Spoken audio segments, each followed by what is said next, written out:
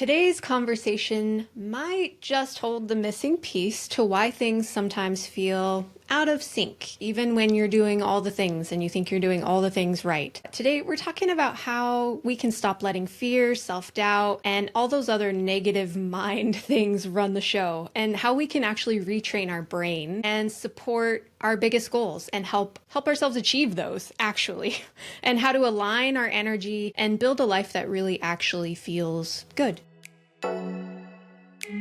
Welcome to the Possibility Perspective with me, Jess. Authentic, bold, and challenging conversations. You'll hear stories from me, conversations with peers, and interviews with experts on a variety of topics, all with different perspectives. Now, let's get started. My guest today is Laura Clifton, and she's the author of Prosperous, and I'm excited about this. This is a guide to rewiring our mindset. And what I love about it is that she actually talks about neuroscience and soul and how our brain really is a tool and a function in all of this. And she does it in a way that is super practical, super grounded, and gives us a takeaway that we can actually use, which is very refreshing because sometimes I watch these things or I listen to these things and in the moment I'm like, okay. And then I walk away going, wait a second, I don't actually know how to apply this in my life. So welcome, Laura, to my show. Oh, hi, Jessica. Thanks so much for having me. It's really nice to be here. Thank you. Thank you for saying yes to this. And so I'd like to just start off how I do a lot of these interviews. And if we could just give folks a little background information as to how you came to this work, why you wrote the book, and kind of lay that foundation for us. Yeah, certainly. Where I am now kind of came about purely by chance. In about 2020, I had some problems with my own mindset and how I was feeling and you know what I was thinking and therefore how I was feeling. And it was when we just went into the lockdown. So I wasn't working because I was a beautician at the time. So like many others, couldn't work. And I decided really to hone in and take care of my own mind at that time because I had the time and the space to do it. And around that same time, I discovered a book called The Secret by Rhonda Byrne, and I started looking a little bit deeper into other people like her, like Bob Proctor, and many others, Abraham Hicks. And I really got in touch with the spiritual side of things. It really resonated with me.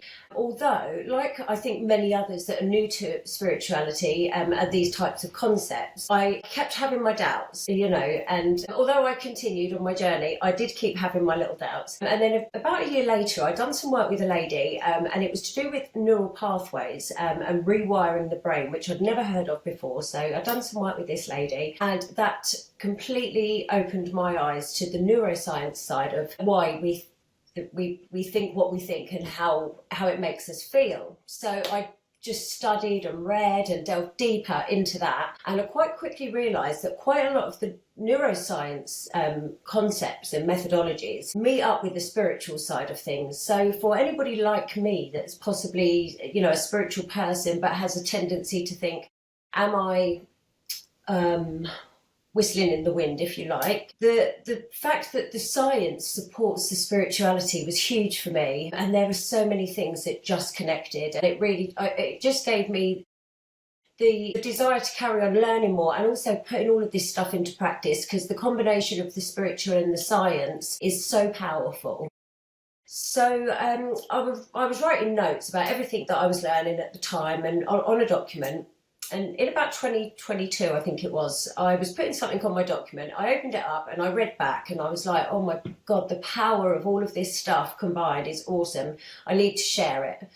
And that is when Prosperous was born, because I started writing and I wrote the first draft of Prosperous. And then ironically, considering what it's about, I lost my confidence. I decided not to share it with the world because my mind, my ego was telling me that no one would want to read anything that I'd written and that it wasn't very good. So I listened to that, and regardless of what I'd learned, but this is just, it just shows you how your ego can get in and stop you from doing things. It's a sneaky little thing. And I filed it away in 2022. and thought no more of it until January 25. And I was doing a meditation one Sunday and hadn't been feeling very good. And it just kept coming up. My intuition maybe just kept pulling it up to the forefront. And that night I got up out of bed and I just started writing down ideas of what I wanted to do with my book, other things that I wanted to do alongside it. And so much came out of me that I didn't even know was there. And that was it. And I just worked hell to leather with a wonderful publisher called Joe Gregory, and we published on the 25th of June 2025. And I'm just so proud of it. It's become an Amazon bestseller, and I still can't believe it some days, but I'm really, really proud of it. I think that's so amazing. And it's also literally kind of the lived example of what a lot of us do or go through, because insert whatever your thing is to writing the book and publishing the book, right? Mine was this podcast, actually. Thought about it, was like, nah, I don't have anything to say. I don't want to, who would listen to it, blah, blah, blah. And then I got enough of courage and I actually launched it, sort of, with 6 episodes. And then I put it away for 3 years or 2 years, 2.5 years. And I was like, no, I'm not doing that anymore, right? And then all of a sudden it just came back for me. And even still, I think the thing is, I still struggle with these doubts, these fears, and it's not just around the show. I mean, it's like everything in life. And that's what I want to talk to a little bit, because that's something that I think everyone struggles with, is some layer of doubt. And that word alone. And so can we talk a little bit? I just want to hear your perspective on this, because I've watched you do a couple of videos on it and you just explain it so well. Talk about doubt and the brain and the energy of it, and maybe some ideas and tools how we can overcome it. Absolutely. Now, this is sort of the foundation of everything. So this is where I start off in the book. Chapter 1, I'm explaining to everybody about the ego, which is a part of the brain. Now, to learn this is so powerful. And when you don't know this, you're not aware of it.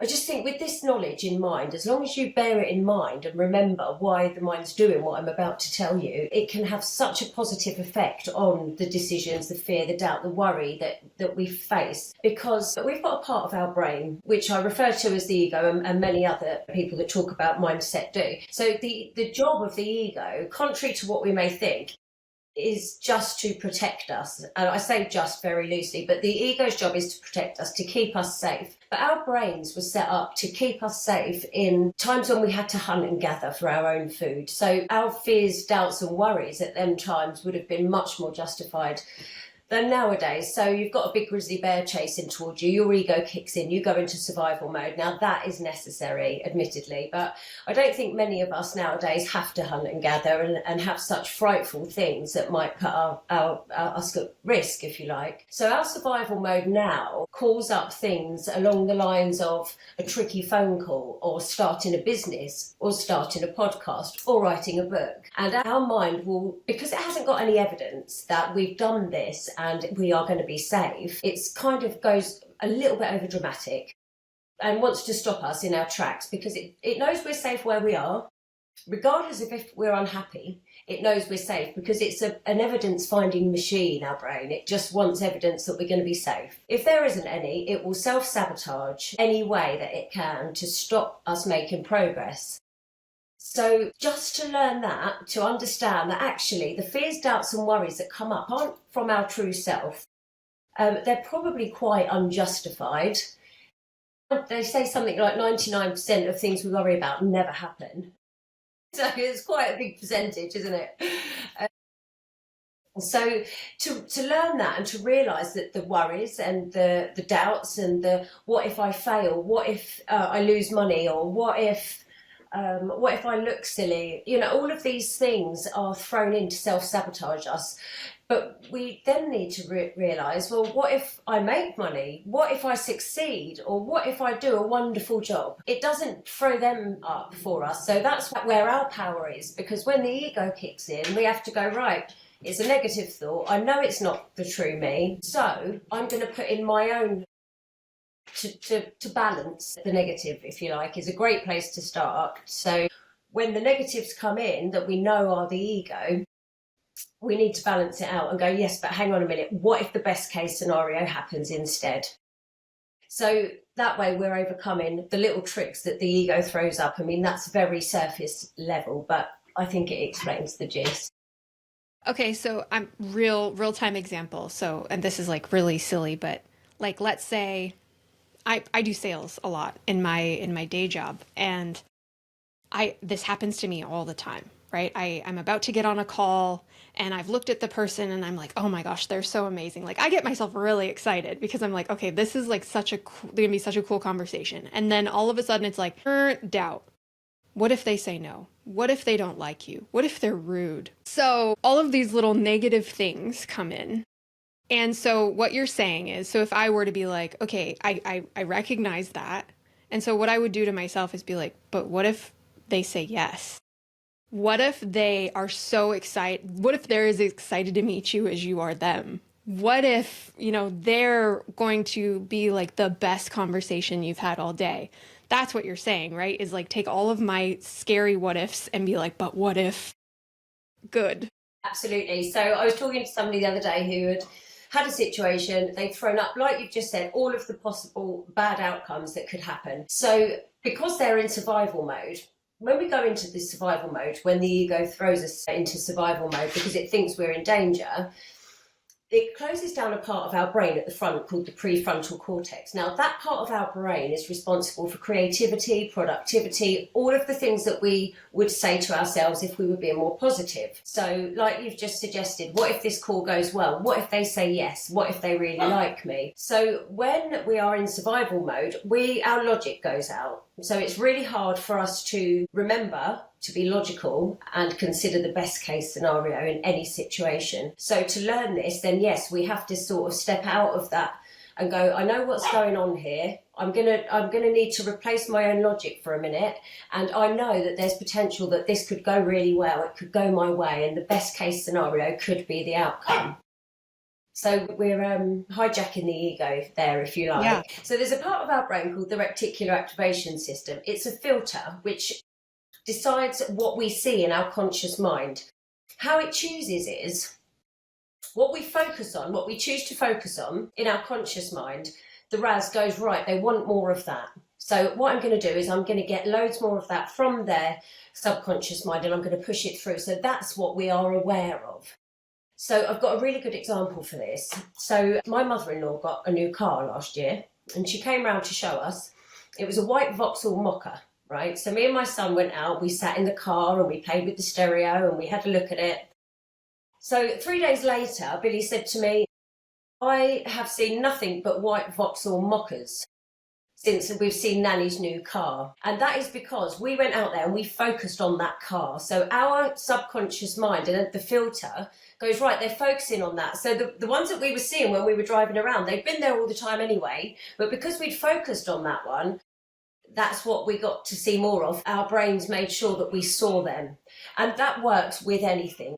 Like you say, if you go onto a call and you're focused on, oh, what if they don't like me? What if I fail? What if all the bads? Your RAS is going to look for more evidence to support that because it thinks that's what you want.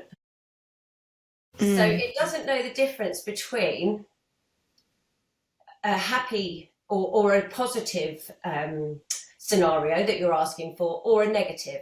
So it's not responsible for you feeling happy or sad or anxious or worried. It's just doing what you tell it to do. Yeah. Okay. So follow-up question to this, because I can't imagine I'm the only one who struggled with this. When it feels, let's say, hard or inauthentic, like let's say you're like, okay, I made step one. I'm aware of the negative thought and I'm going to work to reprogram it.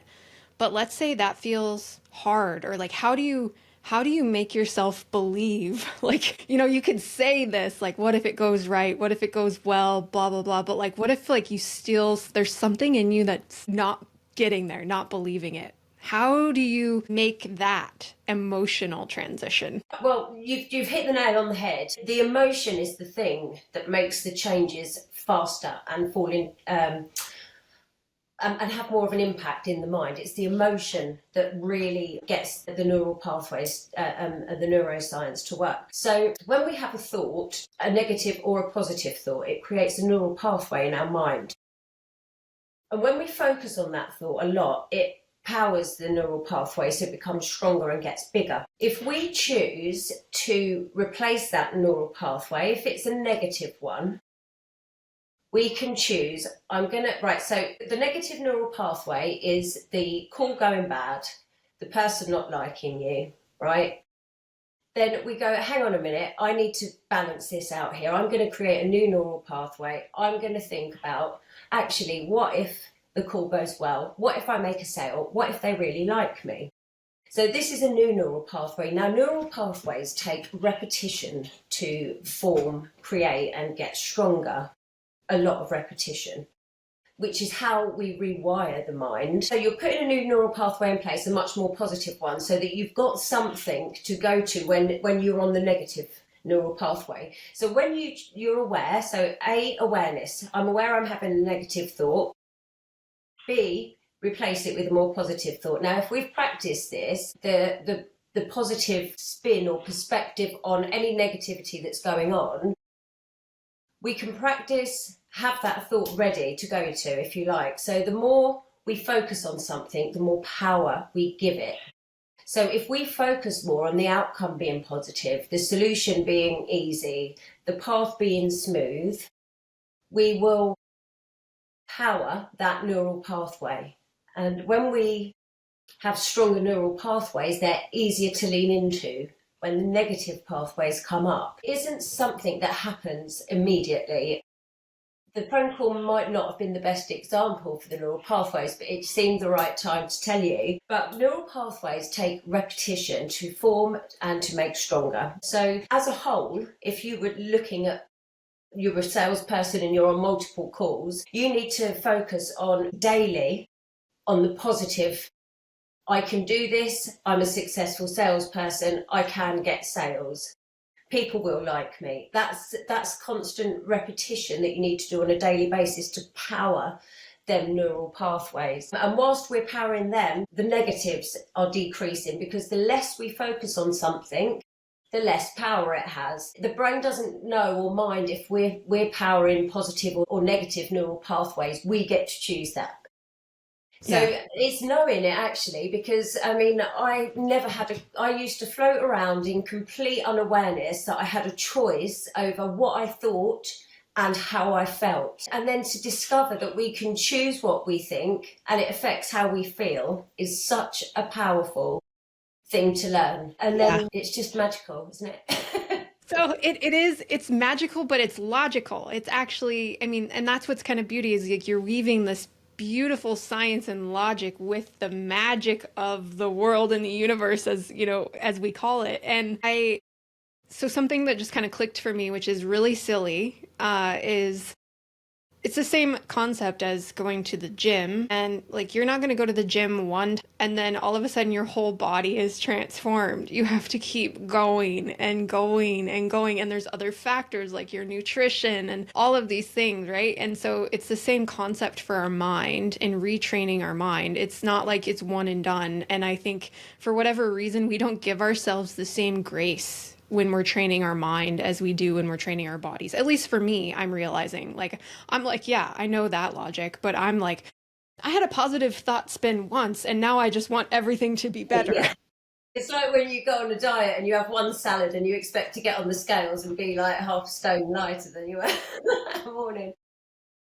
It's exactly like that. I've used that analogy before. So is the brain, if you consider the brain to be a muscle and your mind work, your daily habits to be your gym workout.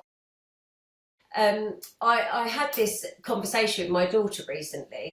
She'd had a little bit of a tricky time through the summer, and she decided to read a few chapters of my book, and she's absorbed it really well. We've had quite a lot of conversations about this. So she said, I said to her, are you still doing, so she's feeling better now, a lot better, and she's living her life again, and she's out with her boyfriend, out with her mates.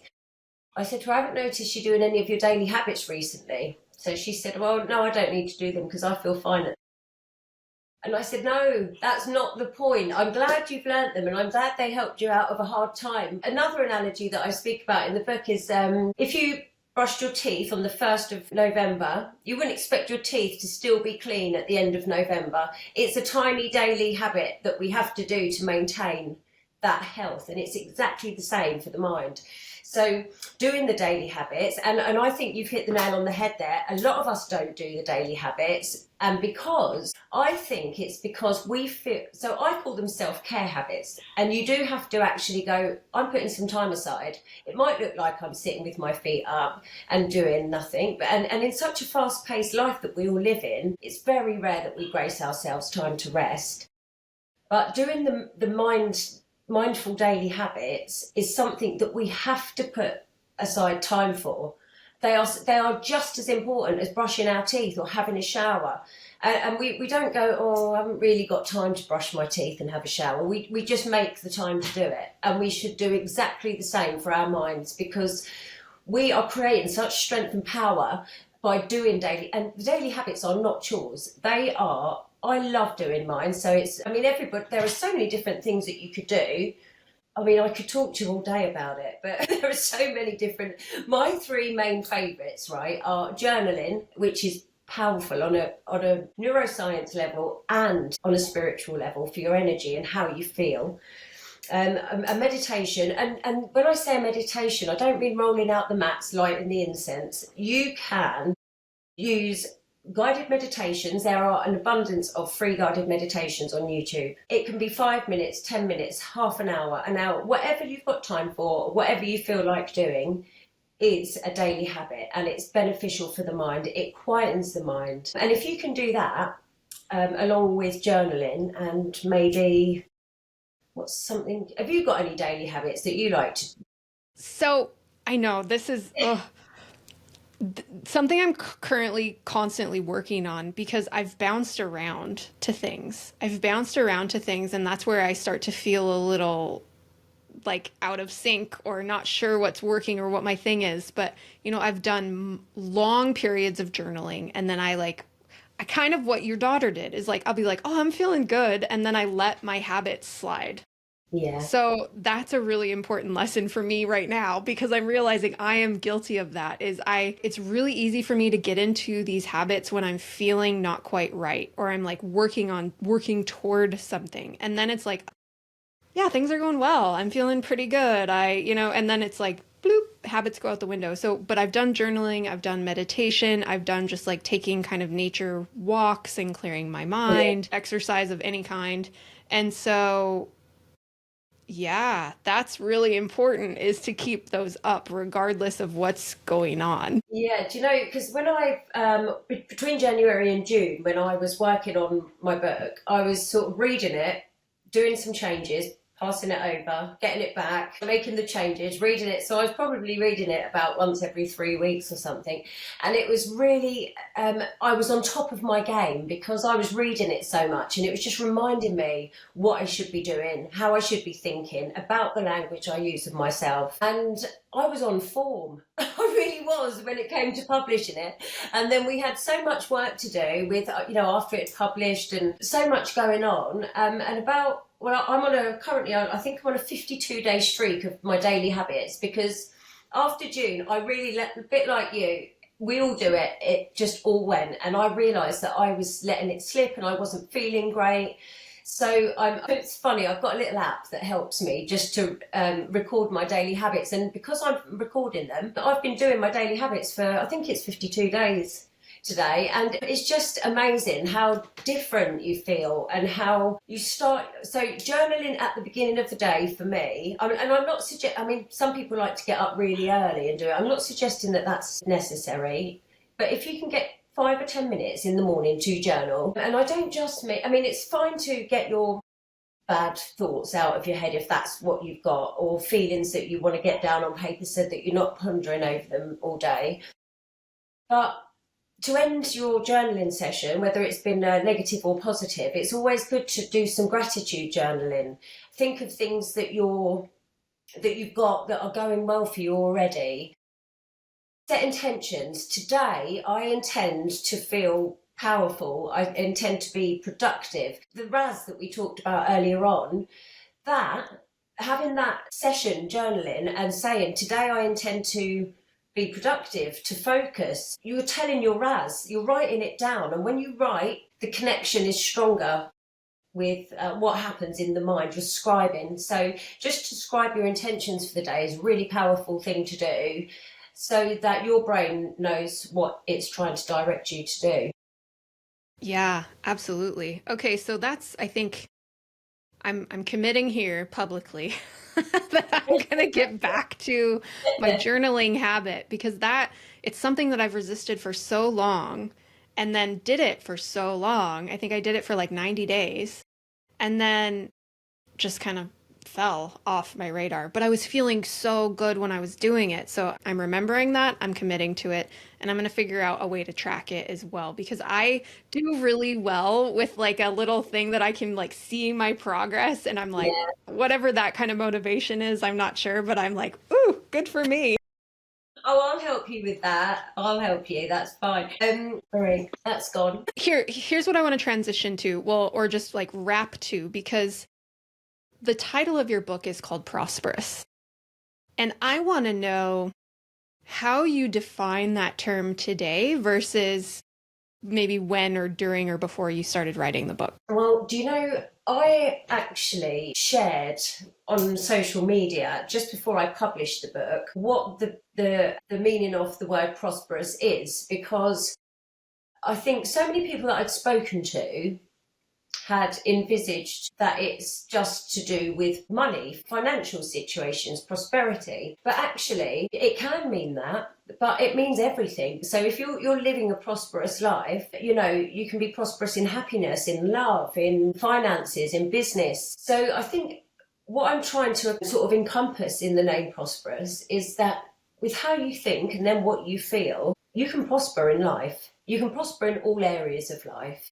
And I think actually that was a little bit of an epiphany for myself as well, because there are so many, I mean, like you said earlier on, there are different layers, aren't there? There are different levels to everything. And in life, nowadays, we get hit with so much from all different levels. And just to have the awareness to bring the mind back and to focus on the right things and to put aside the negative thoughts and fear things that the ego's throwing at us can have such a huge impact on how we think, how we feel, how we perform in relationships, how we socialize with other people, how we show up each day for ourselves. So to get all of that right can affect your prosperity in all areas of life. So that's what that's what I try to achieve with what I've written about, and what I help people with is just to try and find that balance with the mind, the energy, to create the prosperity. What's the continuing mission for you, right? The book's out, you're coaching, you're doing this work. What's the vision and continued mission for you as you look toward the future? Well, when I decided to publish Prosperous, my vision for that stage was to write a book that resonated with people, that landed. Because the neuroscience, neuroplasticity, it all sounds like scary stuff that we're probably not going to be able to grasp, if you know what I mean. And then there's the spiritual side of it, which there are some people think it's all too woo-woo and can't grasp. What I was trying to achieve was something that is kind of written in a friendly way, so that I was talking to a friend, making it easy to understand. I've worked with women for 20 years in my beauty business, and I've been through all sorts of scenarios with different women, breakups and deaths and marriages and births and all of this stuff. And as I've been learning it, I've been still running my beauty business, sharing this with my ladies, and it makes such a massive impact if you get the opportunity to.